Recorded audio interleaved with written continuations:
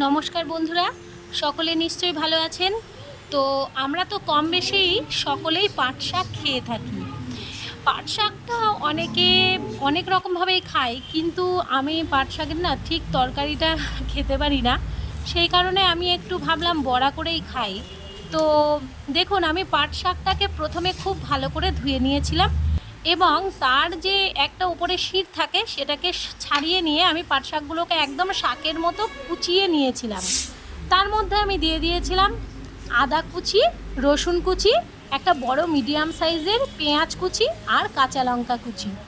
এইবার আমি এর মধ্যে একে একে দিয়ে নিয়েছি 3-4 চামচ বেসন, 2 চামচ চালের গুঁড়ো, স্বাদ অনুযায়ী লবণ। লবণটা কিন্তু প্রথমে খুব বেশি দেবেন না, তাহলে কিন্তু নোনতা হয়ে যাবে বেশি। এরপরে আমি দিয়েছি জিরে গুঁড়ো, ধনে গুঁড়ো, কাশ্মীরি লঙ্কার গুঁড়ো, সামান্য একটু চিনিও দিয়ে দিয়েছিলাম, তাতে কিন্তু টেস্টটা একদম দুর্দান্ত আসে। আর এর মধ্যে দিয়ে দিয়েছিলাম হলুদ গুঁড়ো। তো এবার সবগুলোকে আমি ভালো করে একটু হাতের সাহায্যে ম্যাশ করে নেব। তো ভালো করে আমি আগে একটু হাতের সাহায্যে মাখিয়ে নিয়ে আমি তারপরে জলটা দেব। জলটা কিন্তু আমি আগে দিইনি, আপনারাও জলটা আগে দেবেন না, না দিলেই ভালো হয়। এইবার আমি এটাকে হাত দিয়ে ভালো করে ম্যাশ করে নেওয়ার আগে একটু কর্নফ্লাওয়ার দিয়ে দিচ্ছি। তো কর্নফ্লাওয়ারটা দিলে মুচমুচে হবে আরও বেশি। এটাকে আমি হাতের সাহায্যে ভালো করে ম্যাশ ততক্ষণ করে নেব যতক্ষণ মুঠো না বাঁধবে। দেখুন, খুব ভালো করে একদম ম্যাশ করে নিচ্ছি।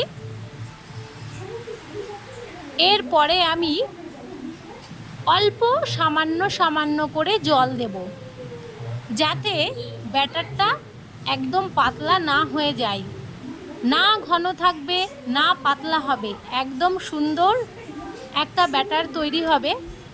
এইবার আমি জলটা দিয়ে সুন্দরভাবে ব্যাটারটা তৈরি করে নিচ্ছি।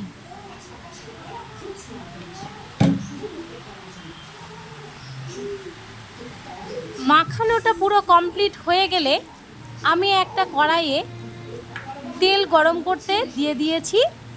আর এই বড়াটা ভাজার সময় গ্যাসের ফ্লেমটাকে একদম হাই ফ্লেমে কিন্তু দেবেন না, তাহলে বড়াগুলো ভেতরে সেদ্ধ হবে না, কাঁচা কাঁচা থাকবে এবং পুড়ে যাবে।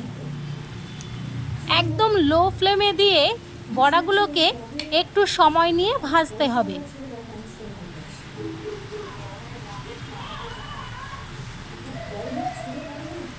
আমার মাখাটা পুরো কমপ্লিট হয়ে গেছে। এইবার আমি আরেকটু ভালো করে মাখিয়ে নিয়ে হাতে আমি বড়ার আকারের একটা শেপ দিয়ে দেব।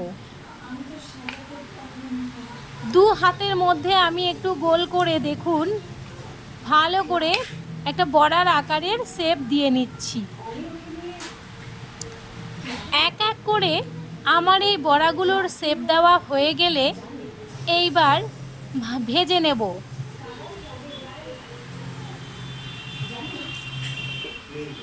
দেখুন, আমার শেপ দেওয়া হয়ে গেছে। এইবার আমি এক এক করে কড়াইয়ের মধ্যে গরম তেলের মধ্যে আমি একটা একটা করে ছেড়ে দিচ্ছি।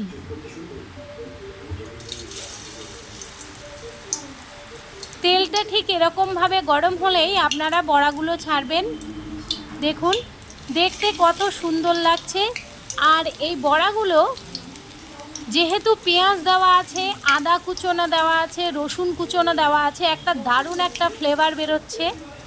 তো খেতেও যতটা সুস্বাদু ততটা গন্ধেও অতুলনীয়। আপনারা অবশ্যই করে কিন্তু ট্রাই করবেন, আর কেমন লাগলো অবশ্যই জানাবেন। আমার চ্যানেলে যারা নতুন আছেন বন্ধুরা, তারা সাবস্ক্রাইব করবেন এবং ভালো যেটা আপনাদের কমেন্ট করার ইচ্ছা আপনারা করবেন। ভালো লাগলে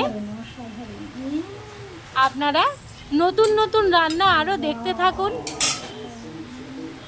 আপনাদের সহযোগিতায় আমি আরও এগিয়ে যেতে চাই।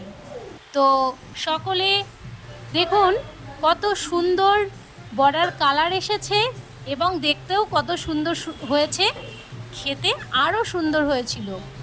তো আপনারা কিন্তু অবশ্যই অবশ্যই করে ট্রাই করবেন।